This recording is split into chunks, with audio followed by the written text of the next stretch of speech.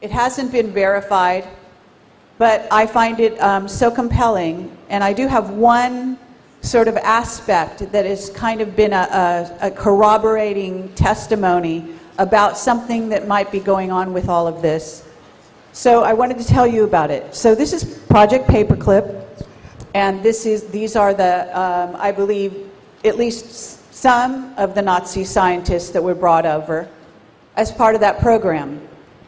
It's beginning to surface via this individual who claims to be the illegitimate son of Werner von Braun. So, and I actually have a picture of him here. And everyone will know who he is and all of that. Let me see. That's not a picture. Well, can that? Yeah, you can see that good. Okay, these are pictures of him. So this is the story. This person called me out of the blue. He knew nothing about Camelot. He doesn't want fame and fortune. He's just a regular guy. He grew up in the Pacific Northwest.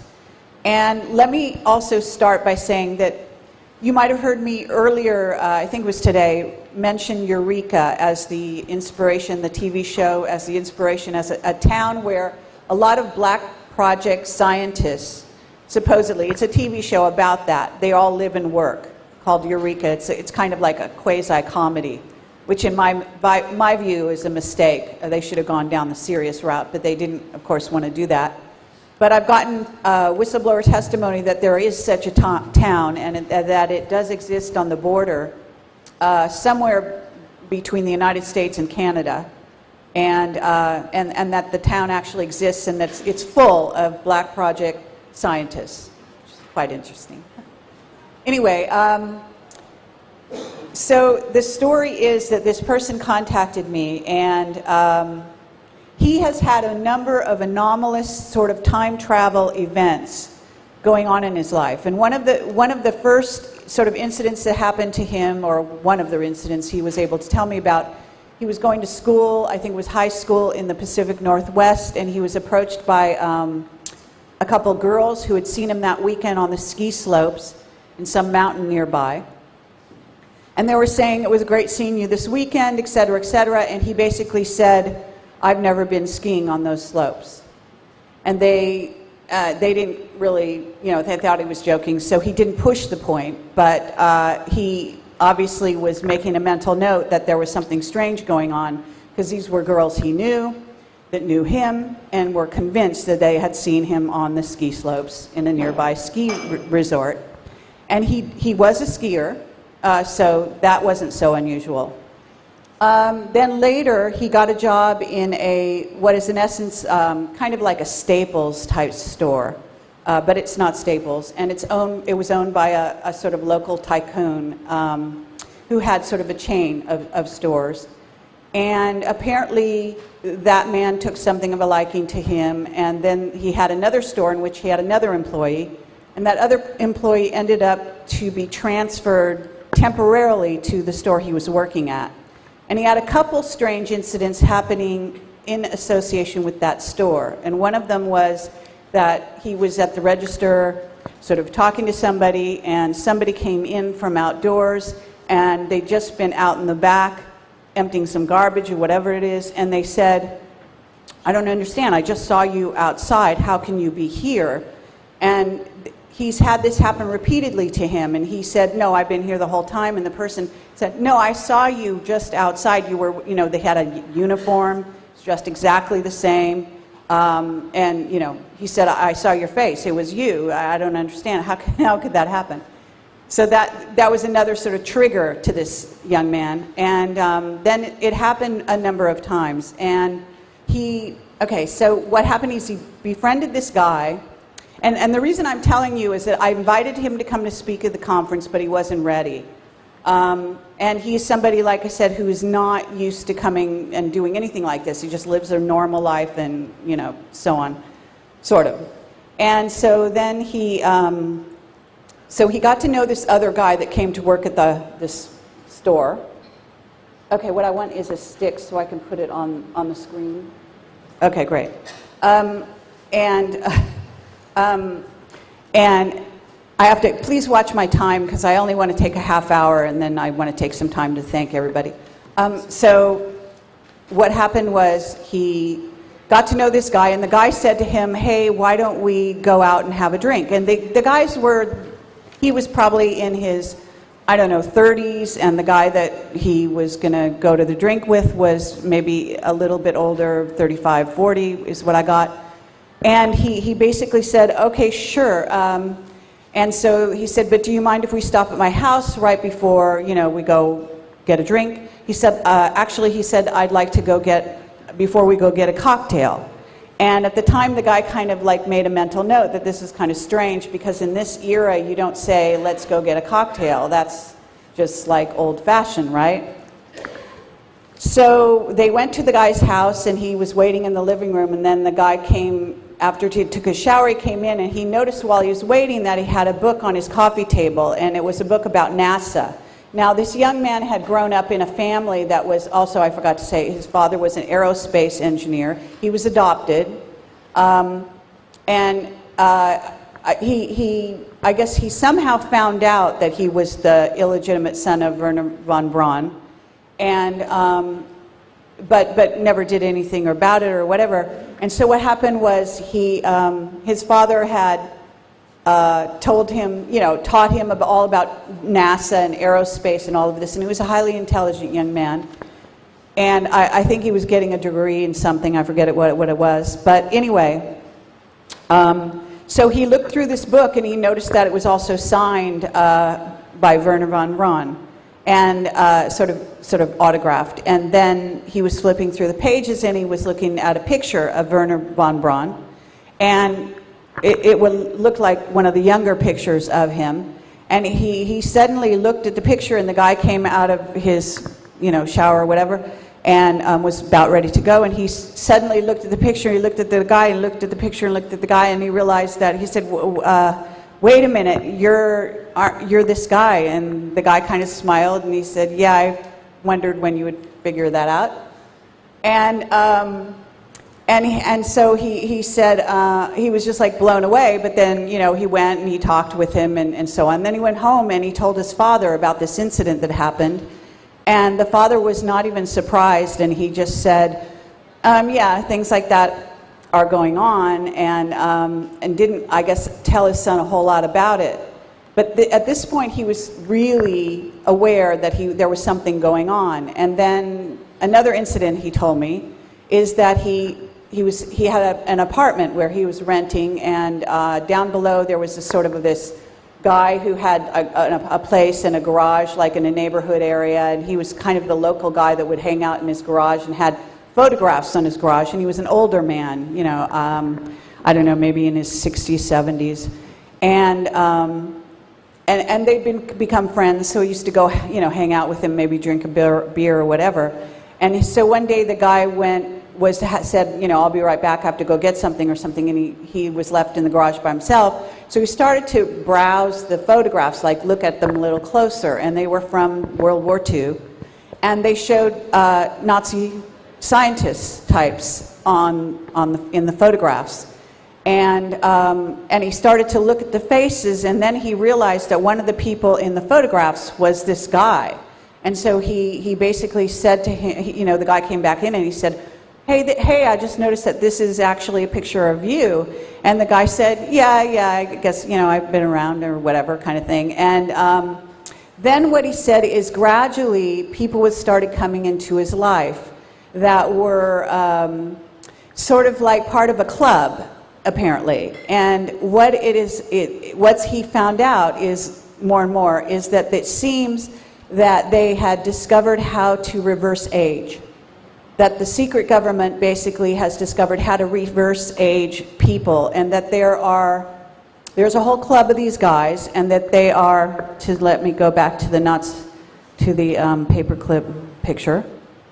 They're not just only the paperclip scientists, but apparently there's a lot of them that are the paperclip scientists. And he actually doesn't know, he's still investigating, he doesn't understand the whole story, but he was told by one of the people, because they would just sort of come into his life.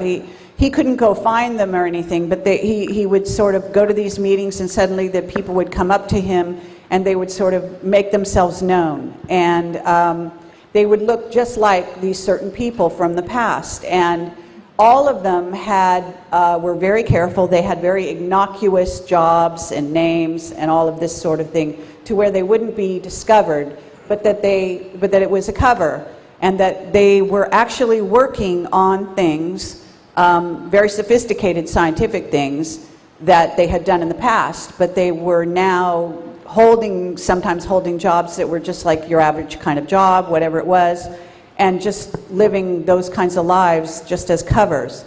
And he basically was told that he's sort of part of this club. And he also started to notice, as he's started to get older now, I think he's in his late 40s, that he's not really aging much, if anything. And so he's putting these clues together. So he's someone who's calling me, he said when he first got on the phone, he was like, "You're never going to believe any of this. I know it's going to sound like I'm crazy, blah, blah, blah." You know, he was just like a totally regular kind of guy.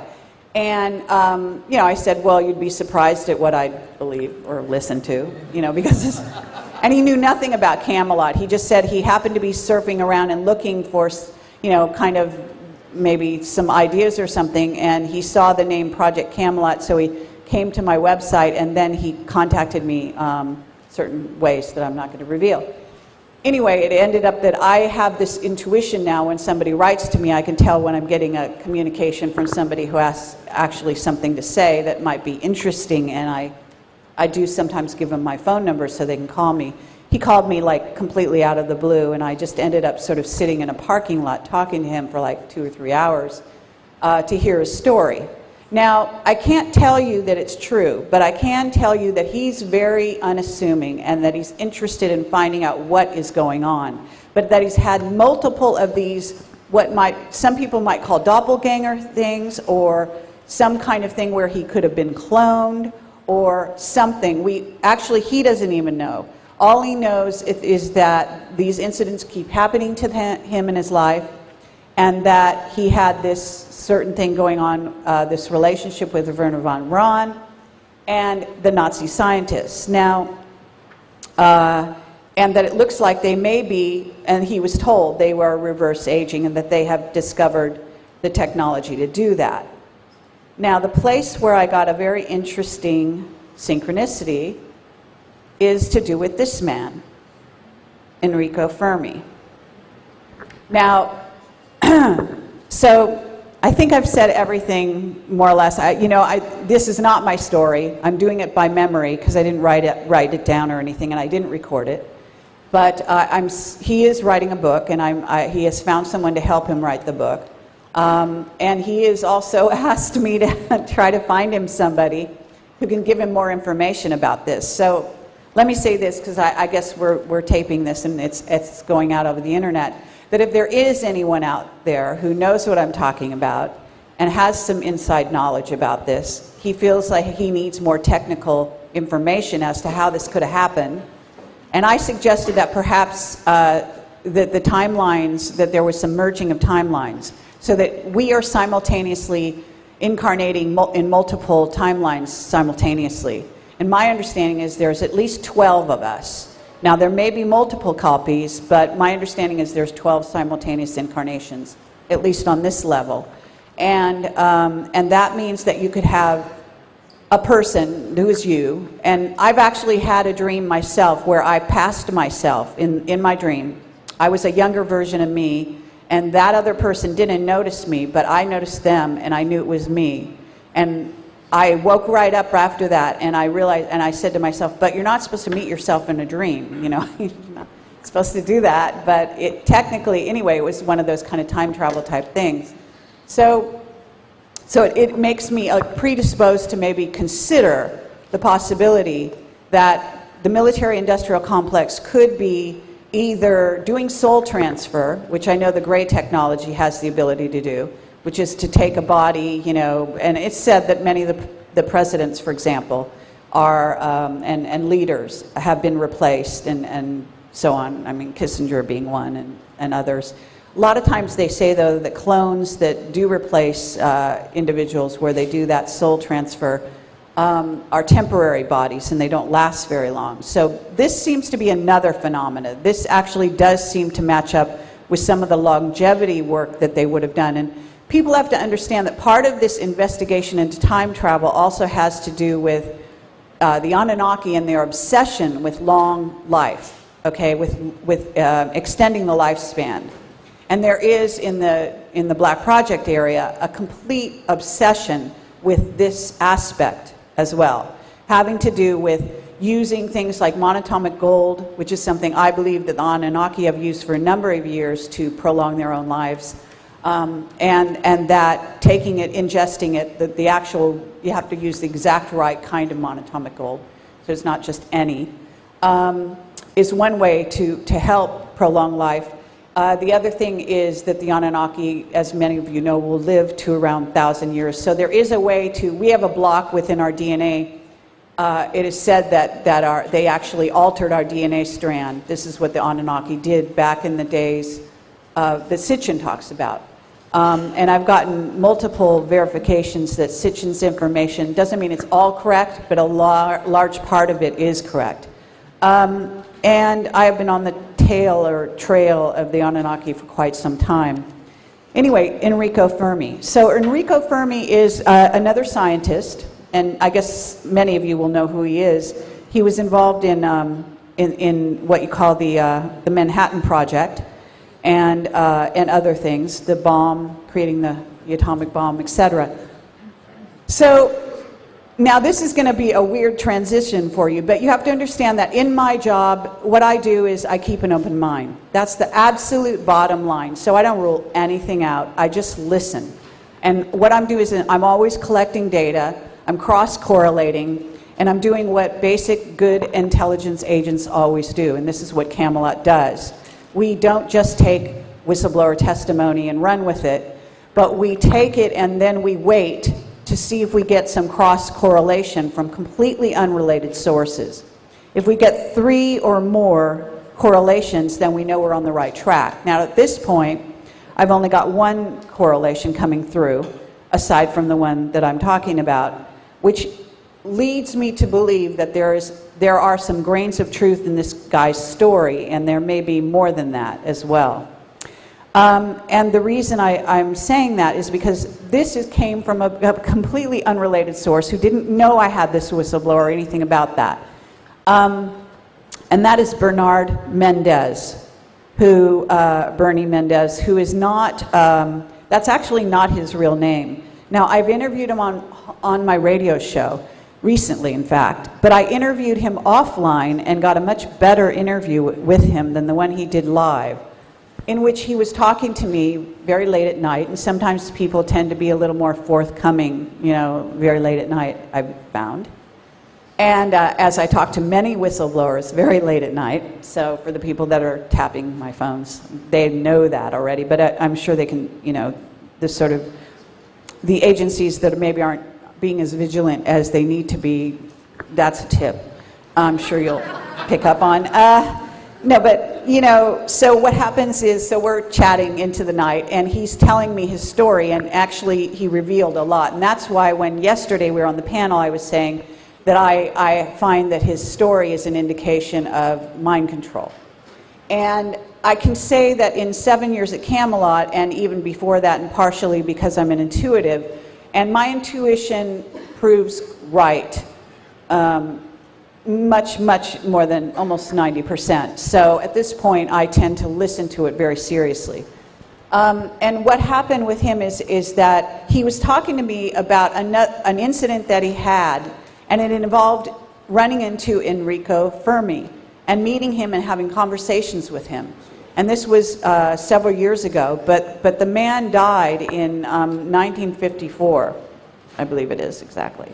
Yeah, 1954. So he just said, well, you know, I met Enrico Fermi, and something in my head, just kind of like a bell went off, and I said, wait a minute, and I just went onto the internet really quick, because I didn't even, you know, I'd heard the name Enrico Fermi, but I thought, I got to investigate when this guy died, because this guy's saying he met him.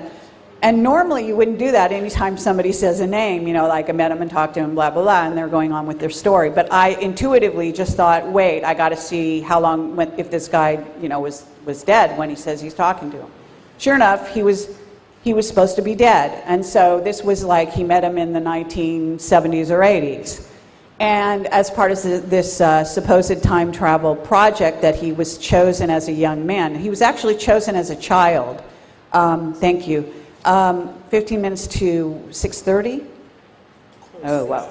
Okay, so I have to wrap this up. So the bottom line is that he ran into this guy and was talking to him, and I said, well, how old did the guy look? And he said, oh, you know, he wasn't that old, but he, you know, maybe he was, I think he said he was like in his 50s or something, more or less like he looks in this picture, you know? And so I'm saying, really, that's interesting, because did you know he died? Did you know he was supposed to be dead then? And he said, well, I know, I met him. I can't explain, you know, if he's dead. I didn't know that, but no, but, you know, I met him, you know, so I talked to him and I, you know, whatever. And so all I'm saying is, isn't this interesting? Because here's a top-level scientist, and we're hearing about a person who supposedly met him in person when he was supposed to be dead. And so this is a situation we have. Now, I can't guarantee you this is a true story, but I can tell you that there's enough elements in here for me to look for further evidence. And that's what we do at Camelot, and I just wanted to sort of pique your interest in this type of thing. Also send out the message that if you want to contact me on this subject, I'm open to listening to some other information about it. And we'll see where it goes. But it's a fascinating idea, and if it's true, then we've got something really amazing going on, and it's quite fascinating. And it may involve taking other versions of yourself, moving them into this reality, and then using them, especially if this particular body starts to wear out and you need another version. So I'm just throwing that out. So anyway, I want to thank everyone for coming to the conference and sharing this amazing experience. Oh, and I wanted to try to put, because this writing is way too small to read in the dark. So I wanted to bring, so any volunteer that has helped us out, any volunteer or tech person or whoever, who wants to come on stage, we would just like to allow the audience to give you thanks and applause. So you're welcome to come on the stage, and basically we want to thank everyone who has made this possible. It's been an incredible experience. I can tell you also, just a side issue, the South American UFO thing is not as usual. You know, it's amazing. People's footage just doesn't do the trick. So the person who sent in the footage, it's now on YouTube, and we'll put it on Camelot, etc. I'm not going to show it here. We just don't have time and so on. But it's just, you wouldn't be able to tell. It just looks like lights across, you know, a bay, and doesn't reveal what the person is absolutely convinced. That person is an intelligence officer. They're going to get verification. They're going to get, I don't know, some local stamp that says that the film hasn't been altered, et cetera, et cetera. So they're working on proving this situation. But the footage just is not substantial enough, so I'm sorry for that.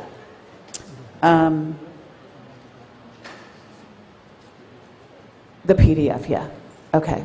So this is a list of all our volunteers, and so we can get this on screen as well as part of my objective here.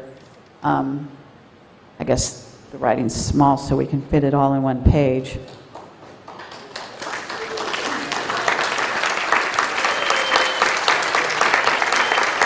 So,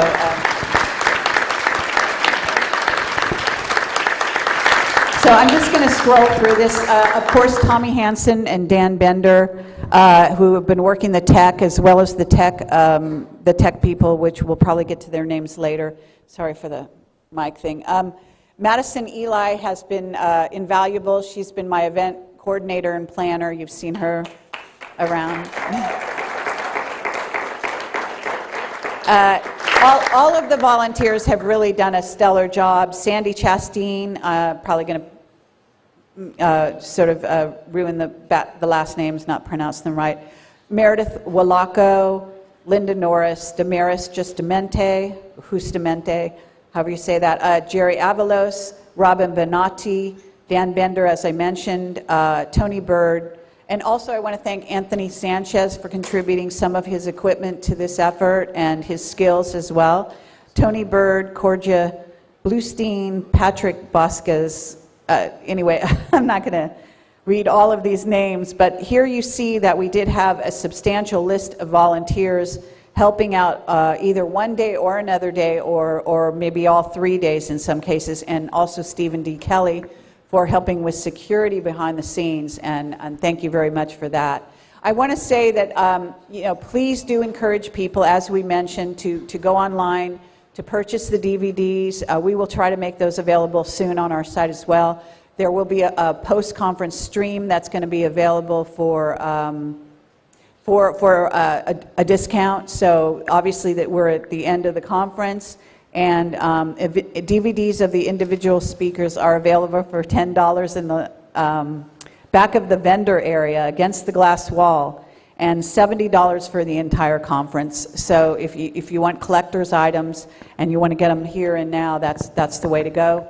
The other thing is that if you can encourage people to stream this after the fact, to make copies and to get copies and so on, but not to distribute it for free, because Camelot is just breaking even. I'm just going to squeak through. I think I'm going to squeak through on paying off my credit card bills. So that's a miracle in and of itself, and thank you very much. But that's where we're at. So if you could be sympathetic to that situation and understand that if you want us to do this ever again, then I have to encourage you to, support this effort. And the ones here in the crowd that I'm talking to and the ones online who've already done so by contributing your funds to making this happen, thank you so much. This has been a groundbreaking event. I think all of you will agree, and I hope you've enjoyed it. Okay, all the live streamers, okay, yeah, all the ones that got free live streams, because of all the volunteers get, the way we paid volunteers is by giving them free access to the post-conference stream or the live stream. So all of those people will get the post-conference stream as well. So if you missed it, like you were busy working, running around the conference room, etc., you'll get a free access to that. What room? No. Okay, that's not what I was told. Okay, but okay. Anyway, thank you very much, everyone. I appreciate all the energy that you brought to this. It's been an incredible time and a fascinating subject. If you want to talk to the speakers some more, they'll be here. Some of them will probably be hanging out in the lobby. You want to have dinner together, whatever. We'll be around for several hours, I'm sure. And thank you again.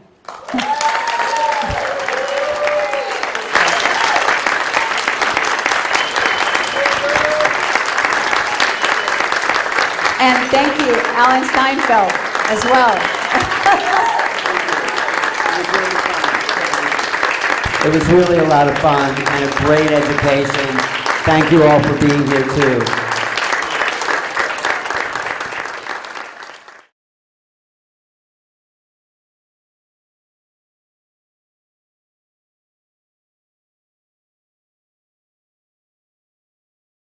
Earlier, I think it was today, mentioned Eureka as the inspiration, the TV show as the inspiration, as a town where a lot of black project scientists, supposedly, it's a TV show about that. They all live and work, called Eureka. It's kind of like a quasi-comedy, which in my view is a mistake. They should have gone down the serious route, but they didn't, of course, want to do that.